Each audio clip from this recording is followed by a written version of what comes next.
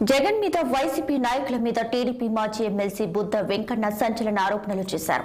ప్రజా వేదిక కూల్చిన దగ్గర నుంచి టీడీపీపై పెట్టిపోయిన వైసీపీ నాయకులను వాళ్ళ నియోజకవర్గాలలో వాళ్ళ కార్యకర్తలే తరిమి కొట్టారన్నారు. చంద్రబాబు కుటుంబంపై తప్పుడు విమర్శలు చేసిన వారిని వదిలే ప్రసక్తి లేదన్నారు. చంద్రబాబుని అసెంబ్లీలో వైఎస్ రాజశేఖర రెడ్డి ఫినిష్ చేస్తానని అన్నాడు. కానీ భగవంతుడు వైఎస్ ను లేకుండా చేశారంటూ సంచలన కామెంట్స్ చేశారు. జగన్ కూడా బాబుపై ఎన్నో మాటలు మాట్లాడారు. కనీసం జగన్ కు ఇప్పుడు ప్రతిపక్ష హోదా కూడా లేకుండా పోయిందంటూ ఆరోపించారు.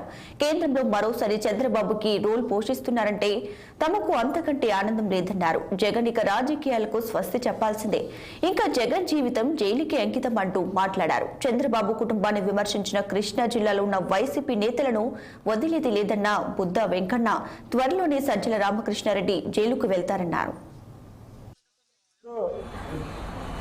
కౌంటింగ్ ముందు 2 రోజుల ముందు ఏదైతే ఆరా మస్తాను వైసీపీ ప్రభుత్వం వస్తుందని చెప్పాడో అది జగన్మోహన్ రెడ్డి, పెద్దిరెడ్డి, సజ్జల రామకృష్ణారెడ్డి,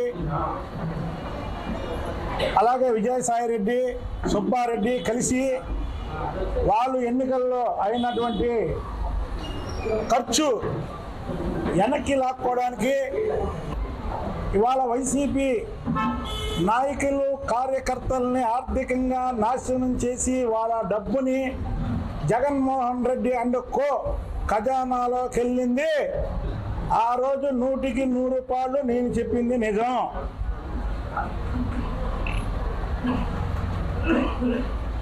ఇక రాష్ట్రంలో 5 సంవత్సరాలుగా ప్రజావేదిక కూల్చిన దగ్గర నుంచి పిచ్చికొక్క నాని, అలాగే మరో పిచ్చికొక్క మా పార్టీలోంచి వెళ్ళినటువంటి వంశీ, అలా మా పార్టీలోంచి వెళ్ళినటువంటి దేవినేని అవినాష్, అలా దూరంపూడి చంద్రశేఖర్ రెడ్డి, అలాగే అంబటి రాంబాబు, అలాగే చెవిరెడ్డి భాస్కర్ రెడ్డి, ఇక రోజానైతే ఈరోజే చూసాం.